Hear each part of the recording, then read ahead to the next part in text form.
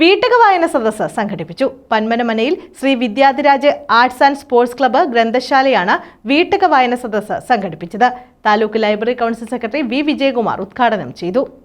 പന്മന മനയിൽ Shri Vidyadhiraj arts and sports club ഗ്രന്ഥശാലയുടെ നേതൃത്വത്തിലാണ് വീട്ടക വായനാ സദസ്സ് സംഘടിപ്പിച്ചത്. പന്മന മനയിൽ ശ്രീവിലാസം ആനന്ദകുമാറിന്റെ വസതിയിൽ സംഘടിപ്പിച്ച വീട്ടക വായനാ സദസ്സ് taluk library council secretary V Vijayakumar ഉദ്ഘാടനം ചെയ്തു.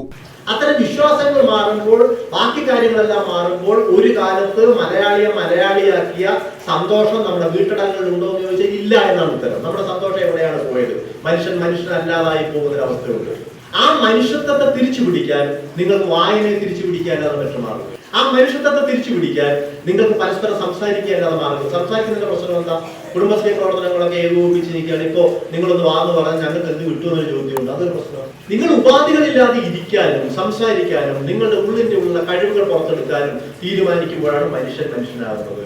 കഴിഞ്ഞ വർഷം കേരളം ഏറ്റവും കൂടുതൽ കണ്ട നൃത്തം പത്മ സുബ്രഹ്മണ്യത്തിന്റെ അല്ല, ശോഭനയുടെയും അല്ല, നമ്മുടെ സരസം എന്ന് പറയുന്നൊരു ചേച്ചി ഒരു ഉറിയടി നടക്കുന്നതിനിടയ്ക്ക് തൊടിയൂരിൽ ഞങ്ങളുടെ EMS ലൈബ്രറിയുടെ അപ്പുറത്ത് ഒരു ഡാൻസ് കളിച്ചു. ആ ഡാൻസ് 3 മില്യൺ ആളുകളാണ് കണ്ടത് കേട്ടോ. 10, 60, 65, 70 വയസ്സുള്ള ചേച്ചിയെ ഈ ലോകം അറിയുന്നത് ചേച്ചി പഠിക്കാത്ത ഒരു നൃത്തം അഭ്യസിച്ചതിന്റെ പേരിലാണ്. ഒരു ചിലങ്ക കെട്ടാൻ ആഗ്രഹമില്ലാത്ത, എപ്പോഴെങ്കിലും നൃത്തം ചെയ്യാൻ ആഗ്രഹമില്ലാത്ത ഏതെങ്കിലും ഒരു സ്ത്രീ ഉണ്ടാകണം. ഒരു പാട്ട് പാടാൻ ആഗ്രഹമില്ലാത്ത ഒരു സ്ത്രീ ഉണ്ടാകണം. ഗ്രന്ഥശാല പ്രസിഡന്റ് A.K. ആനന്ദകുമാർ അധ്യക്ഷത വഹിച്ചു.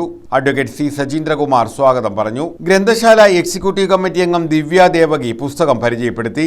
ഞാനൊക്കെ വായിച്ചാരംഭിച്ചത് സാറ് നേരത്തെ പറഞ്ഞ പുസ്തകത്തിനുള്ളിൽ 4 മടക്കിക്കൊണ്ടുവന്ന മംഗളവും മനോരമയിലുമാണ്. ഇത് പറയുമ്പോൾ എനിക്ക് നാണക്കേടൊന്നും തോന്നുന്നില്ല. എന്റെ വീട്ടിൽ എന്റെ അപ്പൂപ്പനും അമ്മൂമ്മയും ഒക്കെ ആദ്യമായി വായിച്ചത്, ഞാൻ കണ്ടത് അവരൊക്കെ ഈ മണ്ണവിളക്കിന്റെ വെട്ടത്തിരുന്ന് വായിച്ചിരുന്ന ഈ പുസ്തകങ്ങളാണ്. നീള Anilkumar, C. Raghu, Athira Prakash, സിനികുമാർ, Arun C. Pillai, Tini VR തുടങ്ങിയവർ പങ്കെടുത്തു. News bureau, Chavara.